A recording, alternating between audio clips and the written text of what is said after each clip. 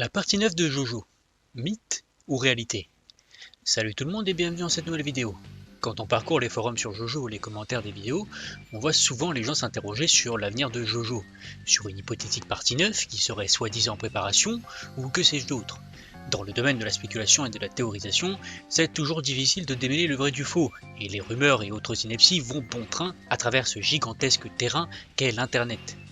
Du coup je me disais, a-t-on vraiment des raisons de croire en une partie 9 de Jojo? Dans cette petite vidéo, je vais tout d'abord vous donner mon avis personnel sur la question, sans spoil particulier. Dans un second temps, je vais brièvement faire le point sur l'intrigue de Jojo Lion, la partie 8, avec du spoil, afin de voir si on peut en tirer quelque chose de concret. Et pour finir, je vous dévoilerai mes propres théories, même si c'est un bien grand mot, quant à la suite de Jojo, ainsi que ce que j'en attendrais personnellement si jamais il y en avait une. Alors commençons tout de suite par répondre directement à la question à 100 millions. Y a-t-il des preuves d'une partie 9 de Jojo? La réponse est non.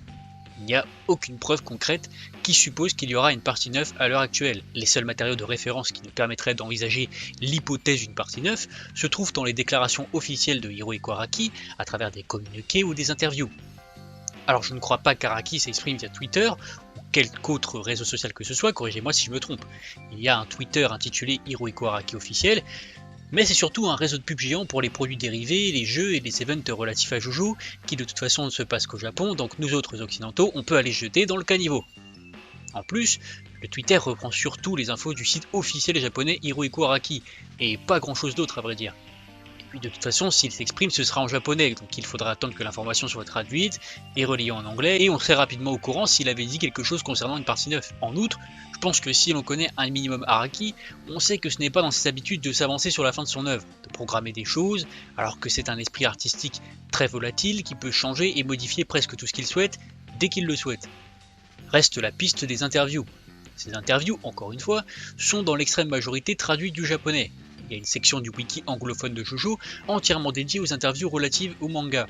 J'ai été y faire un tour pour voir si je trouvais des infos intéressantes sur les interviews récentes. La plupart des interviews ne sont soit pas encore traduites, ou soit traitent de l'adaptation animée de Vento Oreo, donc pas grand chose de concret. Le site internet français Gamekyo et un autre dont je ne me souviens plus le nom mentionnent une interview entre Araki et Yahoo Japan dans laquelle il déclare que Jojo Lion est entré dans son arc final, et cette interview date de 2018. Alors personnellement, je n'ai pas cherché activement l'interview en question et je vais faire confiance aux propos de Gamekyo puisque de toute façon, dire que Jojo Lion est entré dans son arc final ou pas ne change absolument rien par rapport à une potentielle partie 9. C'est très important de vérifier ses sources quand on dit quelque chose, et là en l'occurrence on va dire que ce n'est pas crucial à notre problème, donc je ne vais pas perdre 5 heures à aller chercher cette interview. Bref, tout ça pour dire que concrètement, rien ne laisse supposer de manière officielle qu'il y aura une partie 9 pour le moment, et j'ai envie de dire c'est tout à fait normal et logique. Araki est un homme d'un certain âge maintenant, et même s'il a toujours l'air très jeune, sûrement à cause du masque de pierre, des ondes ou d'un stand, que sais-je, ça nous ne le saurons probablement jamais. Mais je vais paraître pessimiste pour le coup. Je ne pense personnellement pas qu'il y aura de partie 9. Depuis Steel Ball Run, Araki a changé son rythme de publication et est passé d'un chapitre par semaine à un chapitre par mois. Steel Ball Run a duré 7 ans, et Jojo Lion dure depuis 8 ans, et sans spoil, je pense très sincèrement qu'on est encore assez loin du dénouement final de l'intrigue. Si l'œuvre était conclue dans les mois qui suivent, ce serait vraiment de manière expéditive je pense. Un chapitre par mois, même de 35 pages, ça n'est pas assez pour conclure l'intrigue en 5 ou 6 mois. A mon avis, il faut compter au moins 1 an et demi, voire 2 ans, ou plus, avant une conclusion définitive. Sachant qu'on ne peut pas non plus exclure des imprévus de nature aussi diverses que variées qui pourraient réduire le rythme de publication. Alors imaginez, une partie 8 qui aurait duré plus de 10 ans et devoir réenchaîner derrière sur une partie 9 qui durerait sûrement presque autant. Ce serait très chaud. Araki a déclaré encore récemment, et ça pour le coup il le dit assez souvent, qu'il passe son temps à travailler et à ne faire que ça, et que ces quelques moments de détente résident dans un peu de sport et de méditation quotidienne. La vie de mangaka c'est très éreintant, je vous apprends rien, donc même s'il a encore la pêche, je le vois mal repartir à 60 et quelques balais pour une nouvelle partie qui durerait aussi longtemps que Steel Ball Run et Jojo Lion. Faut bien qu'il profite de sa retraite après une vie très rythmée quand même. Évidemment, j'aimerais profondément qu'il y ait une partie 9, mais en étant rationaliste et objectif, je pense qu'il y a plus de chances pour qu'il n'y en ait pas.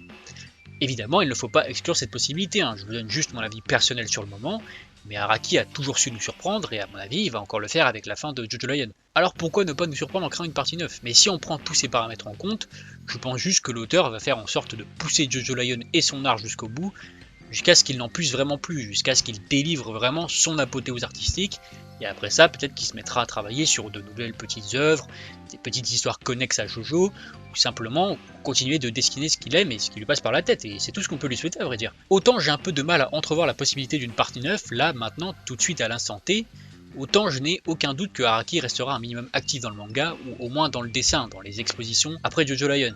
Bon, maintenant faisons un point sur le scénario de Jojo Lion. Au moment où je tourne cette vidéo, le chapitre du 19 octobre est sorti il y a une dizaine d'heures, donc je vais partir du postulat que vous ne l'avez pas nécessairement vu car c'est un peu tôt, et ce serait pas trop correct de ma part. Sachez cependant que ce chapitre ne change pas vraiment la substance de ce que je vais vous dire, même s'il est plutôt très intéressant, et il faut le souligner, sans vous spoiler. Il fait progresser l'intrigue, sans pour autant la faire progresser tant que ça. Oui, je sais, c'est bizarre ce que je dis, mais bon, je peux pas vous en dire plus sans vous spoiler. Incroyable. Je suis dans la partie spoil de la vidéo, mais je me retiens spoiler. Quel gland.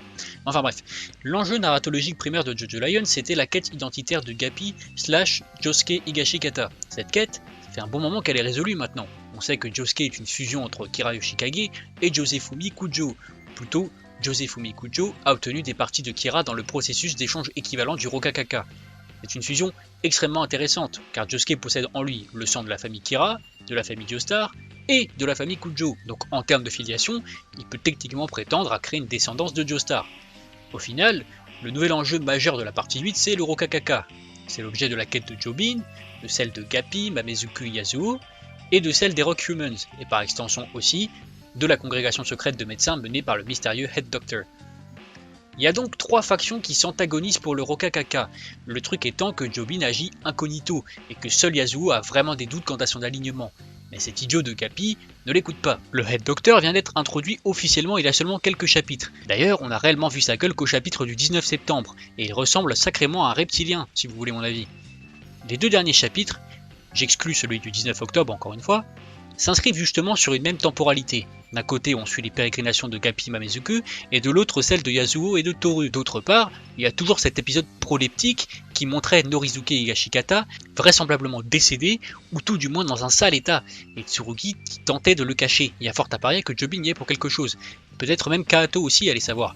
Ou bien, une autre hypothèse plausible serait que Norizuke s'est sacrifié pour soigner la maladie de son petit-fils. À ce moment-là, pourquoi Tsurugi aurait cherché à dissimuler son corps? Là est la question. Il y a vraiment plein d'hypothèses envisageables. Et justement, le problème, il est là. On est censé être dans la phase finale de Jojo Lion, et pourtant on a encore bien trop de mystères irrésolus qui sont exacerbés par l'introduction de nouveaux personnages qui arrivent à l'appel. Toru est-il un allié ou bien un antagoniste? Lors de son introduction et vu comment il tournait autour de Yasuo, je l'ai tout de suite envisagé comme un antagoniste mineur. Mais en vérité, c'est un personnage très mystérieux et c'est difficile de discerner ses vraies motivations. Je ne sais pas vraiment ce que suggère sa volonté de reconquérir Yasuo amoureusement, mais il va sûrement rentrer en conflit avec Josuke à un moment ou à un autre à ce sujet. Mais du coup, regardez, il faut encore résoudre le problème Toru, résoudre le problème Head Doctor, et enfin résoudre le problème Jobin Kato. Ça fait beaucoup de points de scénario à résoudre, non? Concernant l'identité du méchant de la partie 8 qui n'est pas clairement définie. Si on suit le schéma scénaristique traditionnel des autres parties de Jojo, ainsi que les patterns d'occurrence des révélations des antagonistes majeurs, on peut aisément déduire, ou tout du moins fortement présupposer, que le méchant est Jobin. Jobin est introduit depuis longtemps, son stand, bien que très mystérieux, est quand même introduit depuis longtemps aussi, on connaît certaines de ses capacités, même si ce n'est pas exhaustif, et il a clairement une gueule et un charisme de méchant, on va pas se le cacher. Le coup du Head Doctor qui arrive comme un cheveu sur la soupe et qui serait le méchant principal, perso j'y crois vraiment très moyen. Il pourrait être le méchant principal, et ça signifierait que l'œuvre durerait encore plus longtemps, car il faudrait que le lecteur prenne le temps de s'accoutumer au méchant, de s'y identifier, de s'y attacher, et or, sachant que soi-disant Jojo Lion est dans son arc final, je vois mal Araki nous sortir, le Head Doctor c'était le méchant depuis le début, regardez. Non, franchement j'y crois moyen. Après, une fois encore, on est à l'abri de rien du tout avec Araki. D'autant plus que si Jojo Lion se trouve être le chapitre ultime de son magnum opus, il va clairement chercher à le conclure de la manière la plus brillante qui soit, et hypothétiquement de la manière la plus imprévisible possible. Après, il y a aussi Kato Higashikata qui a elle aussi été introduite depuis quelques temps, et je verrais bien Araki la révéler en tant qu'antagoniste principal. Ce serait non seulement la première antagoniste principale féminine de Jojo, mais en plus, ça ne serait pas si tiré par les cheveux que ça. Elle est introduite depuis longtemps, elle semble opérer de concert avec son fils Jobin, et on a vu qu'elle possédait un stand qui a l'air très intéressant. Elle apparaît comme une femme forte, déterminée à se venger, et en plus elle en veut salement à Norizuke. Tous les ingrédients sont là. Donc pour moi, il faut vraiment s'attendre à tout. Tout ça pour dire que c'est vraiment la merde scénaristiquement. C'est difficile d'envisager de manière claire la suite. Après, sincèrement, je dis ça sur un ton un peu frustré, mais moi j'aime beaucoup la partie 8, et justement l'intrigue est vraiment excellente. Le suspense est présent constamment, les personnages sont vraiment bons, la partie a une véritable ambiance d'enquête perpétuelle. Il y a plein de factions différentes, des personnages hauts en couleur. Franchement, la partie 8 a un très gros potentiel, je pense. Même si je sais qu'elle est souvent dépréciée auprès des fans, ce que je peux parfaitement comprendre, parce que c'est vrai que ça s'étale sur le long terme. Moi, en tout cas, je kiffe, franchement, j'aime beaucoup. Sauf Josuke. J'aime pas Josuke. Mais enfin, ça ne regarde que moi. Je vous ferai sûrement un classement de mes JoJo préférés et je vous expliquerai pourquoi plus en détail. Donc pour en revenir au sujet de notre vidéo, évidemment, le scénario de la partie 8, au point où il en est, ne laisse absolument pas de place à une partie 9. Il faut dire aussi que la partie 8 est un peu comme la partie 4. Elle semble indépendante, narratologiquement, c'est un peu un stand-alone aux enjeux spécifiques et très locaux. Même si le Rokakaka est un fruit qui aurait des répercussions positives comme négatives sur le monde, il est toujours très ciblé sur Morio et Morio uniquement. À côté de ça, le cadavre saint passe à la trappe, alors que c'était un des éléments qui liaient ensemble les parties 7 et 8, tout comme le masque de pierre liait les parties 1 et 2, et les flèches liaient les parties 4, 5 et 6. Il apparaît juste dans un flashback qui présente la malédiction qui touche la famille Higashikata, mais rien de plus. Donc qu'est-ce qui relierait les parties 8 et 9? Le Rokakaka? Je sais pas franchement. Ensuite, concernant le potentiel héros de la partie 9, eh bien ce serait difficilement un Joestar si on y réfléchit bien. Le dernier Joestar en date de la partie 8, c'est Holy Joestar Kira, qui a eu un fils, Yoshikage, qui prend le nom de famille Kira, donc existe le nom Joestar. Josefubi est passé à la trappe, donc les Kujo aussi. Reste le nom Higashikata. S'il y a une filiation au sang des Joestar, elle doit venir d'un descendant de Johnny dans l'arbre généalogique. Donc, il y a pléthore de possibilités pour un héros lié au sang des Joestar. En revanche, il faudrait alors que quelqu'un reprenne le nom de famille Joestar si l'on veut un Joestar tel quel. Sinon, le héros pourra être à la fois un Higashikata, un Kira, ou même un Kujo si Josuke reprend le nom de famille de Josefumi. En tout cas, ça fait un sacré merdier généalogique tout ça. Mais de toute façon, je ne pense pas qu'il y ait encore une véritable emphase sur le nom Joestar de la part d'Araki. Dans la timeline originelle, ça avait une signification par rapport à Dio principalement. Mais là, c'est plus un nom qu'autre chose en vrai. On n'a plus cette idée de l'identification à une lignée, à une filiation qui est spéciale et qui est marquée par le destin. Et donc, qu'est-ce que personnellement j'attends de la partie 9 ? Eh bien, s'il doit y avoir une partie 9, j'aimerais évidemment qu'elle se passe en France, dans notre beau pays de la baguette et des gilets jaunes. La France est une localisation exceptionnelle pour JoJo, en termes de culture, d'histoire, de lieux, de personnages, de gastronomie, c'est vraiment un espace artistique incroyable, exactement comme l'Italie.